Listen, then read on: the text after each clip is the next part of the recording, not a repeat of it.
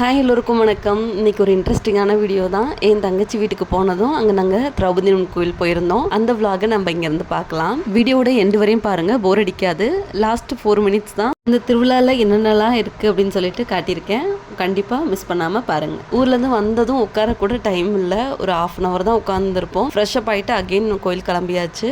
என் sister வீடு குரங்கு சாவடியில் இருக்குது. அங்கேருந்து திரௌபதி அம்மன் கோயிலுக்கு நியர்பை 20 மினிட்ஸ் கிட்ட ட்ராவல் இருந்துச்சு. எல்லோரும் சேர்ந்து கார்லேயே போயிடலான்னு சொல்லிட்டு காரை புக் பண்ணியாச்சு. நான், அம்மா, அப்பா, அதுக்கப்புறம் என் பாப்பாங்க, தங்கச்சி பாப்பாங்க மட்டும் நாங்கள் காரில் ஏறிக்கிட்டோம். என் ஹஸ்பண்டும் அவங்க ஹஸ்பண்டும் நாங்கள் பைக்கில் வர்றோம்னு சொல்லிட்டாங்க. சரி, ஓகே, கேர்ஃபுல்லாக வந்துருங்கன்னு சொல்லிட்டு நாங்கள் கோயிலுக்கு ரீச் ஆயாச்சு. என் குழந்தைங்க ரெண்டும் அப்பாவை பார்த்தோன்னே அப்பா கூடயே உட்காந்துக்கிட்டாங்க. பாப்பாங்க 2 பேரும் கோயில் திருவிழாக்கெலாம் கூப்பிட்டு போய் ரொம்ப நாள் ஆகுது. ஸோ திருவிழாவை பார்த்தோன்னே அவங்களுக்குலாம் ரொம்ப சந்தோஷமாயிருச்சு. ரொம்ப நாளுக்கு அப்புறம் குழந்தைங்களாம் மீட் பண்ணுறதுனால ரொம்ப சந்தோஷமாக பேசிட்டு விளாண்டுட்டு இருந்தாங்க. அதுக்கப்புறம் டாய்ஸ்லாம் நம்மளுக்கு பிடிச்சதெல்லாம் வாங்கிக்கலாம் அப்படின்னு சொல்லிட்டு அவங்களுக்குள்ளே பேசிகிட்டே வந்தாங்க. அதெல்லாம் அப்புறம் பார்த்துக்கலாம், வாங்க ஃபஸ்ட்டு சாமியை பார்க்கலான்னு உள்ளே போயாச்சு. கூட்டம் அப்போல்லாம் ஓரளவுக்கு கண்ட்ரோலாக தான் இருந்துச்சு. ஏன்னா நாங்கள் போனதெல்லாம் 6:30க்கெலாம் அங்கே ரீச் ஆகிட்டோம்.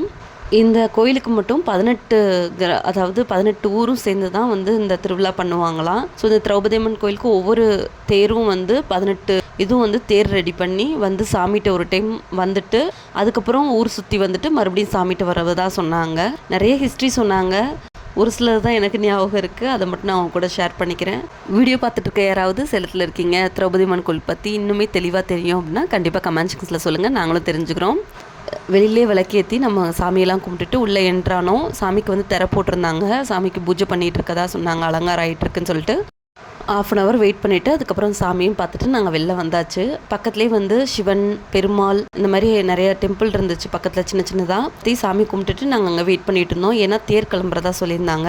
ஸோ தேரையும் பார்த்துட்டு போயிடலான்னு சொல்லிட்டு எல்லா தேரையும் பார்க்க முடியாது, 1-2 பார்த்துட்டு அதுக்கப்புறம் குழந்தைங்கள வச்சுட்டு அங்கே மெயின்டைன் பண்ண முடியாதனால வீட்டுக்கு வந்துடலாம்னு சொல்லிட்டு பிளான் பண்ணி பார்த்துட்டு இருந்தோம். அந்த டைமில் குழந்தைங்க அவங்களுக்கு பிடிச்ச டாய்ஸ்லாம் வாங்கிட்டு வச்சு அதை ஓப்பன் பண்ணி அவங்களுக்கு முடிஞ்ச அளவுக்கு அவங்க என்கேஜாக வச்சுக்கிட்டு இருந்தாங்க.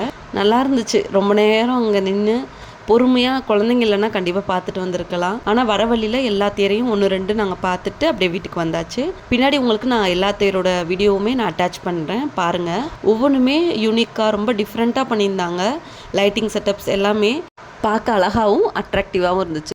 கண்டிப்பாக அமௌண்ட் நிறையா இருக்கும். பார்க்க பிரம்மாண்டமாக இருந்துச்சு. குழந்தைங்க ஸ்டார்ட் பண்ணிட்டாங்க, எப்போ போகலாம், எப்போ கிளம்புறோம் அப்படின்னு சொல்லிட்டு. இருங்க இந்த தேரை பார்த்துட்டு போகலாம், இருங்க அந்த தேரை பார்த்துட்டு போகலாம், அப்படி இப்படின்னு சமாளித்து வேடிக்கை காட்டிகிட்டே வந்தாச்சு. கொஞ்சம் நேரம் கழித்து ஒவ்வொரு தேராக கிளம்ப ஆரம்பிச்சிச்சு.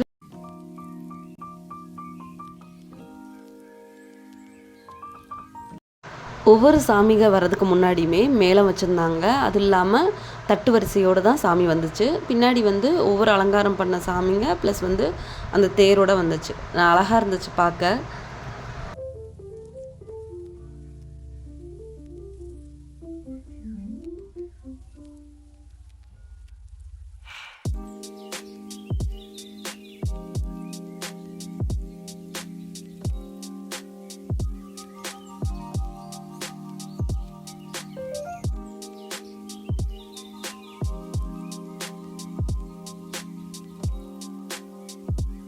இந்த தேரில் சுற்றிலும் எல்லா தேவிகளும் இருக்க மாதிரி இருந்துச்சு. அந்த லக்ஷ்மிகள் எல்லாமே ரொட்டேட்டிங் மாதிரி வச்சுருந்தாங்க. அப்பப்போ ரொட்டேட் பண்ணி விடுற மாதிரி, எல்லா சைடும் சுற்றி வர மாதிரி எல்லாமே ஒரே இடத்துல பார்க்கும்போது ரொம்ப அம்சமாக அழகாக இருந்துச்சு.